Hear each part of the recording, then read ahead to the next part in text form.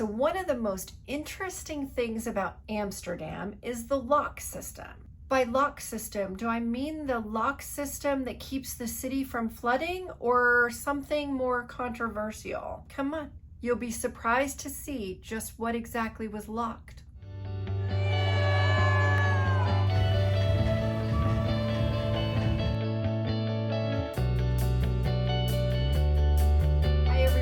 I'm Leslie, and I am on a mission to get on the Travel Centurion list. That's 100 countries in my lifetime, and I've hit 80, so I'm well on my way, and I'm so glad you're with me to try to hit those last 20, and maybe 20 more after that. So thanks for being here. Thanks for being part of this journey. So let's go find out what's going on with these locks. First and foremost, if you're a regular around here, you're thinking, why aren't we in Bergen, Norway right now? My last video, we were in Ålesund. If you haven't seen Ålesund or all of the Norway stops, go back and watch those. And our next stop was going to be in Bergen, Norway. The last stop in Norway and one we were really looking forward to. And now we're here in Amsterdam. So what happened to Bergen? Glad you asked. We were excited to eat our body weight in Norwegian food in Bergen, but our captain advised us we were bailing from Norway early to head full steam ahead to the Netherlands in hope of getting into Amsterdam for an overnight. Yay! Wrong. First, let me tell you quickly about this lock system. The city of Amsterdam is located below sea level. Managing the water level here is critical to prevent the city from flooding. Basically, our ship enters the lock and the gate closes behind us. The water level is adjusted. Once the water level in the lock matches the water level of the ship's destination, the gates are open and the ship can continue on its journey. Right? That sounds all good in theory, but here's how it played out for us. It's actually not a very good morning. At 6:20 this morning we came into the lock. The lock was immediately blocked by protestors. They're totally chained to the bridge already. Let's be clear, you have the right to protest, but restricting access to anyone for anything is just not okay. This is the third time that we've had protest issues. First time we were in Peru and the protesters blocked the train so we couldn't go to Machu Picchu. The second time we were in Barcelona and they had water guns. It was uneventful for us, but now today in Amsterdam. The whole reason for bailing on Norway was there had been a consistent protest restricting cruise ships from the lock system in Amsterdam, and we were hoping to get ahead of them and come in early. Okay, looking at the map, we might be just fine. How close we get. I think the bridge is coming up. We're still moving. I don't see any cars or people down there. So that right there is one of the lock systems. That right there is the second one. Do you see it? It's like a black bar underneath there. And so far, I don't see any protesters. So far, we're in the clear. They thought they were coming? I'm gonna try to go upstairs and see if they'll even let me out on the deck.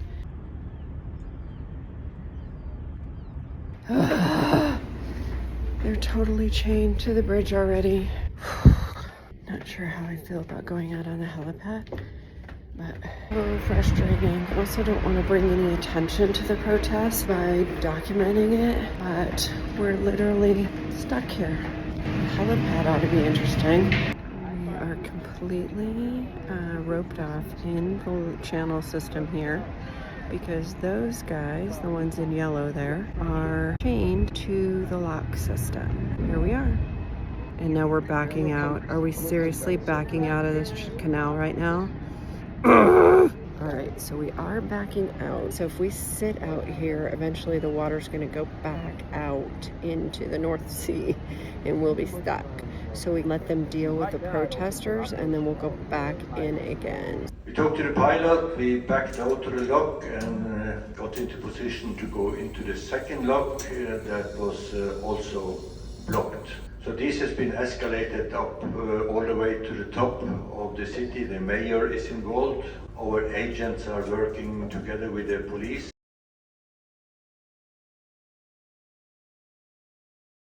Okay, that's a good sign. We have a pilot. We are through the locks. It's almost a 3-hour transit through the North Sea Canal, taking us up to the Amsterdam cruise terminal. So we've waited 9 hours and we finally got the green light. Fingers crossed we'll be in Amsterdam tonight by 9 o'clock-ish. Yay! I'm coming back out to the helipad where I was this morning when all of this was going on to watch us come in to Amsterdam again. Oh my gosh, we've got some action here. Water will fill, allowing for the ship, and then we can go in. Woohoo! Woo! Thank you!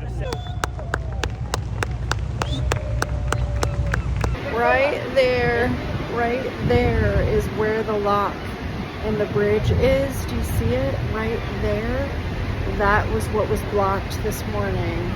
It's open and we're back there. Yes! Amsterdam, here we come. We made it! Better late than ever. Quite a delay, but we made it. And we're here. We can still spend the evening and nighttime in Amsterdam, which you can't be in Amsterdam and not be here at night. Honestly, we're starting to wonder if you can really call it a visit in a country if you don't stay overnight, because there's just so much to experience in a city overnight. Do you agree? I would love your thoughts. Put them in the comments below. We made it to Amsterdam! Finally made it to Amsterdam. Finally. Yay! And going to the red light district now. It's like 9 o'clock. We're finally in port, and we are hitting the town. We see some ladies and a little drugs. Oh, stop and it. some Heineken. Heineken. So let's talk Amsterdam. Amsterdam at night. You know the golden glow you always think of when you think of Amsterdam? This is due to the historic canal areas still using replica gas lamps to preserve the old world atmosphere here. And while searching for lampposts, watch for canal bats and imagine all we don't know behind the canal houses here. Some still have secret rooms, tunnels, escape routes, and even passageways. So who watching today has heard of a cruel urinal? I have a ton of questions, but let me tell you what I do know. Krul is the Dutch word for curl. These curl urinals are snail-shaped. They're cast iron outdoor urinals that have been in the red light district since the late 19th century. The shape is by design to provide privacy. Although, how private can it be when you're actually peeing in public? Like you're right there, like everybody's passing you right on the street. And the way they're designed, the people who stand in them, their heads, you can see their heads. So they're out looking at all. Okay, that's only the beginning. Oh my God. Right there. He's totally going You're gonna to. get the bottom of it, Leslie. How do you pee in that? Aren't you like in public? They're designed to allow air to flow and take up little space and be cleverly shielded. But really?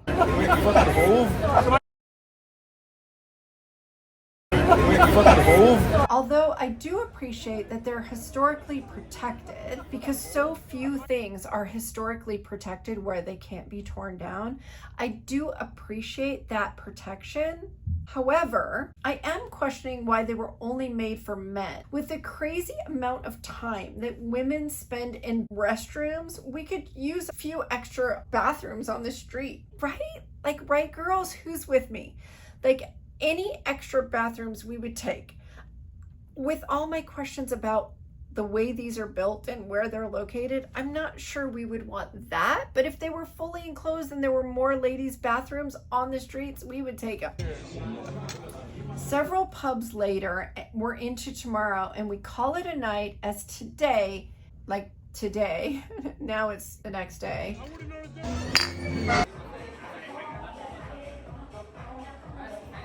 We have a lot in store for us.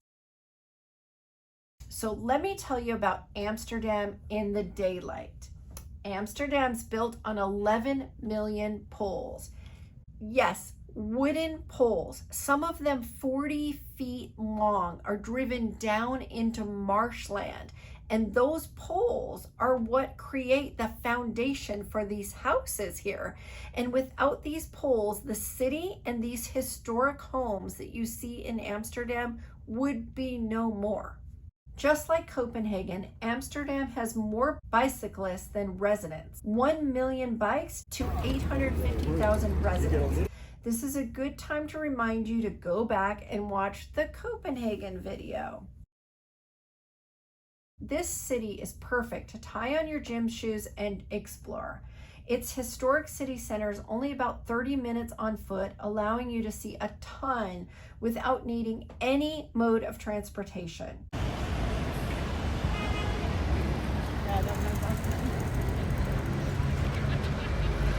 The streets are narrow with canal bridges and connecting plazas, even many that are pedestrian priority, so no concern about trying to dodge traffic here. But remember those 1 million bicyclists, they live here. They're not tourists and they are fast. So make yourself a mental note. You want to look both ways and never stop or stand in a bike path because you will get taken out. Although I would have loved to do the Heineken tour that Roy's doing today, he's on his own.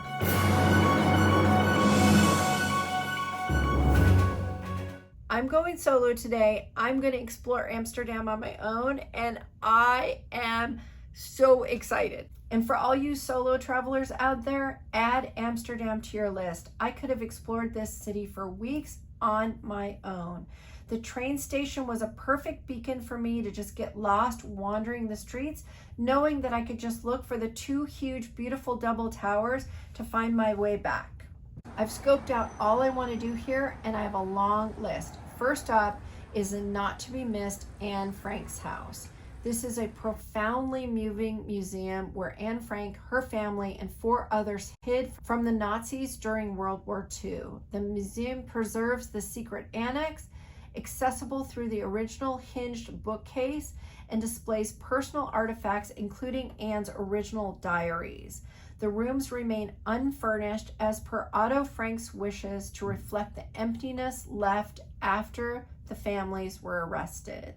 Filming and photography is not allowed in the museum, but suffice it to say, the life and story that Anne Frank lived is remarkable, profound, and sobering, but I was left with an undeniable thread of hope and resilience. Anne's words are filled with dreams and optimism, even under impossible circumstances.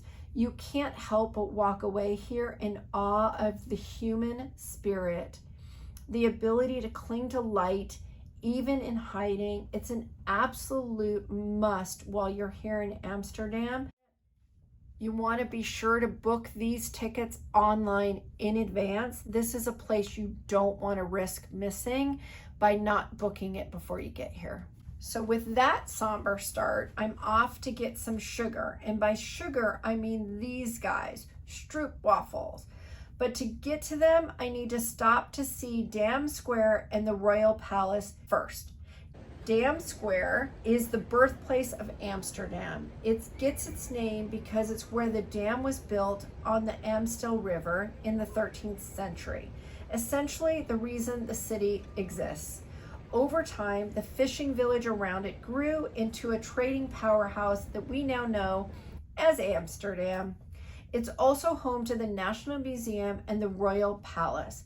The palace was originally built in the 1600s and is open to visitors when it's not in official use. The white stone pillar you see on the square here is the National Monument, a World War II memorial where people gather every May 4th for the national remembrance of the dead. This is not just a super cool area, it's a hub for pickpockets and scams, so you want to keep your head up.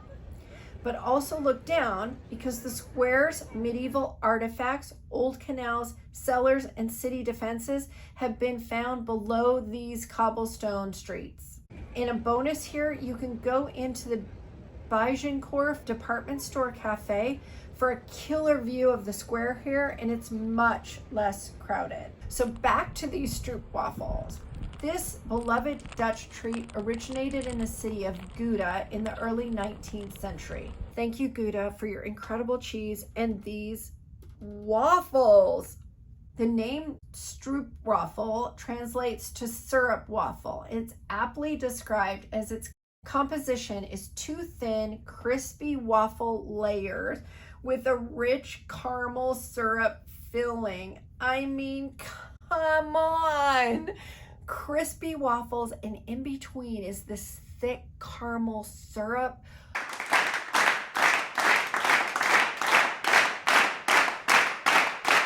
Like, I bought a stack of them, and it may or may not have returned with any by the day's end.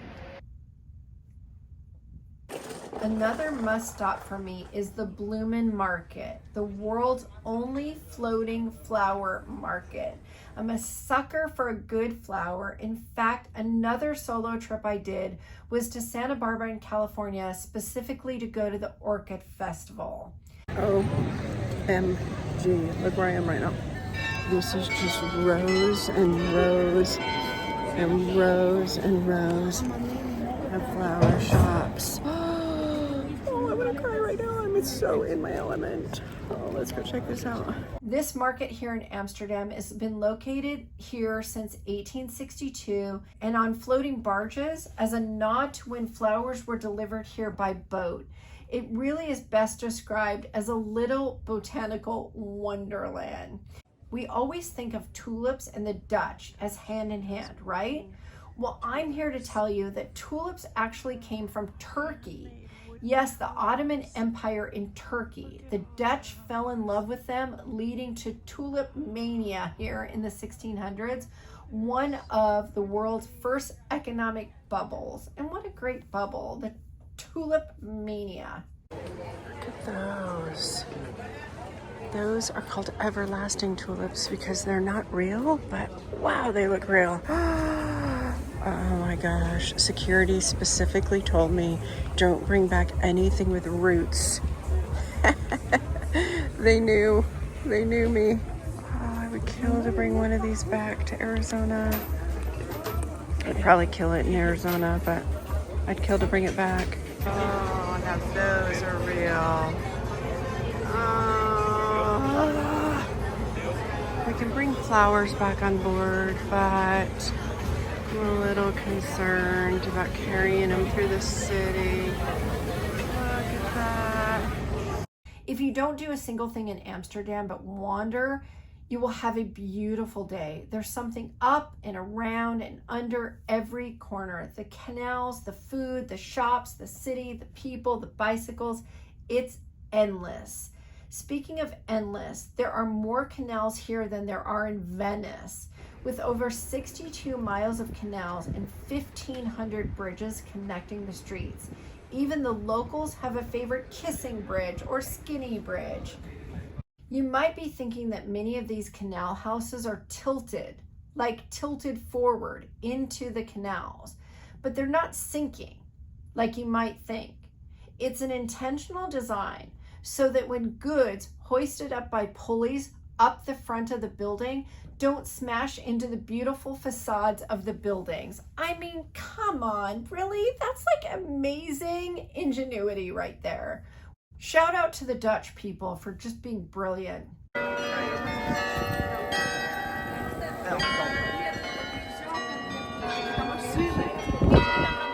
I stopped here as a recommendation from GPS My City. This is the Knuffels toy shop, thinking that I would see this world-renowned display of wooden shoes. However, it turned out to be me and the shop owner looking at each other like we were both lost.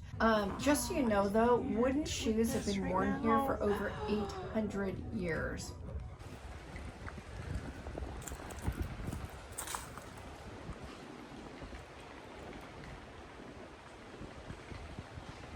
You of course don't want to miss the St. Nicholas Cathedral, Amsterdam's main Catholic church dedicated to the patron saint of sailors and to the city. It was completed in 1887 and is directly in front of the train station exit. The interior with its central dome, stained glass windows, murals, and impressive 1889 organ is of course worth a visit, and yay, it's free!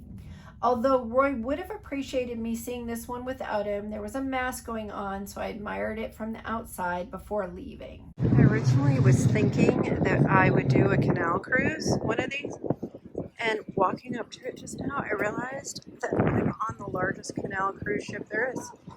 Here's my beacon again, the Amsterdam Central Station. This engineering marvel not only transports 192,000 passengers every day, it was built on 3 artificial islands with those same poles I referred to, but here under the Central Station, there are 8,687 poles driven into the soil to support just the Central Station. Just remarkable.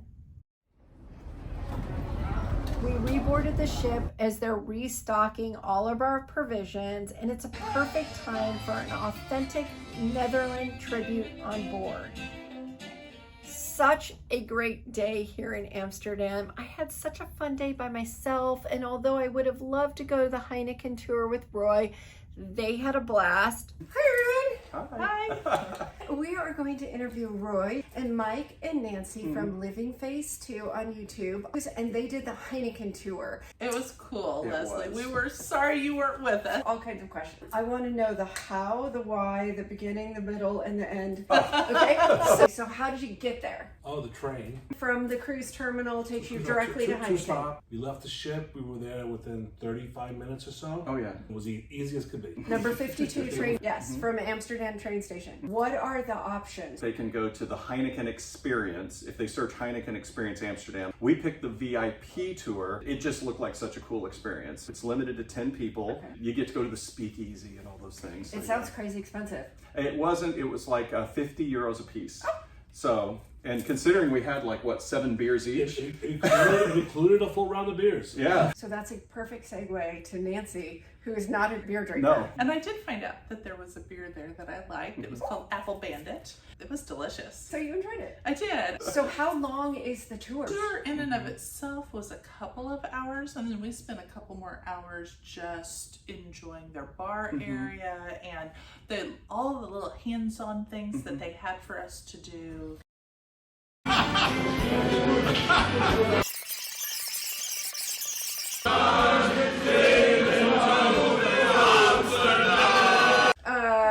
I don't know what Dutch we were saying. songs. Was that before or we after don't all know. the beer? After all the beer. But plus, we got This is included in the tour. this is The included. VIP tour. Yeah, They the VIP. had us type in what we wanted to be written on the beer bottle. So, like, since our YouTube channel is Living Face 2, what did you have printed on yours? It's just Mike, Ultimate World Cruise. Yeah, and now you can get this if you have the regular tour, and I think it's 7 euros.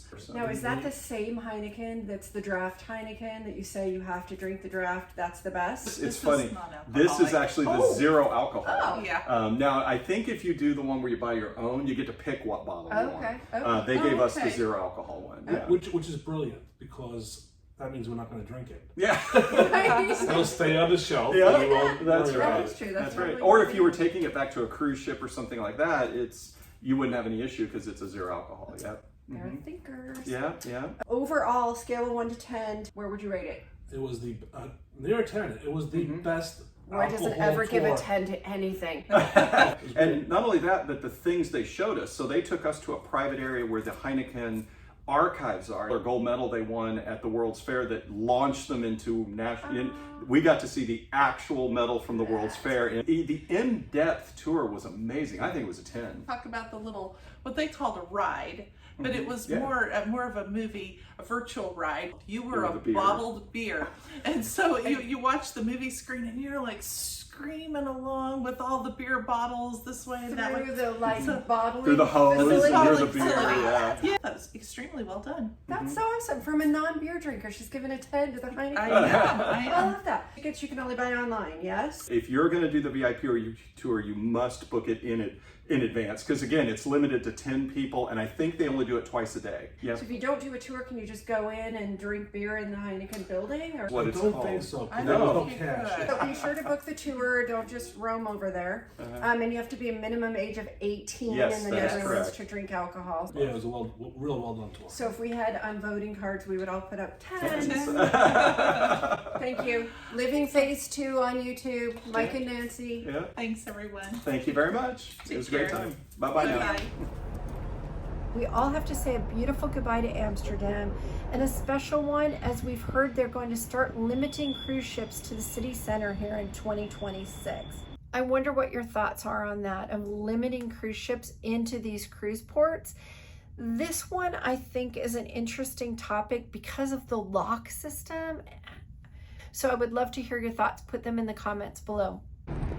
These sailorways get me every time. The amount of people that come out to say goodbye to us. Look at them. Oh, they're on the pier. I love that. Oh, thank you, Amsterdam. Thank you, thank you, thank you. Oh my gosh, it gets better and better. The bridge waving goodbye to. Oh, I love that.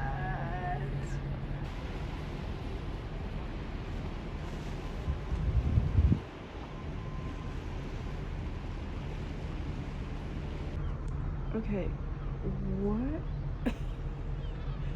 Wait, what? What? What? What? What shape do we have in the middle? What the heck?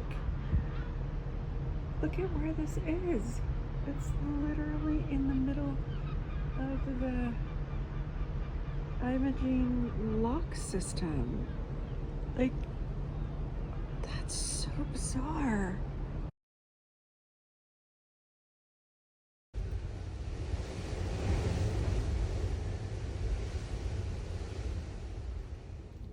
So many people ask how we're notified of time changes on board. So here you go. Sometimes it's multiple times in a day. Coming up, there's one place that we even switch time on the half hour, and that is a good segue to remind you to subscribe. If you haven't already subscribed, get on it, because our next stop is Iceland, and we're just, this is a complete change of landscape and sailing, and Reykjavik is our stop in Iceland, and it is one you definitely don't want to miss. So go subscribe. We'll wait.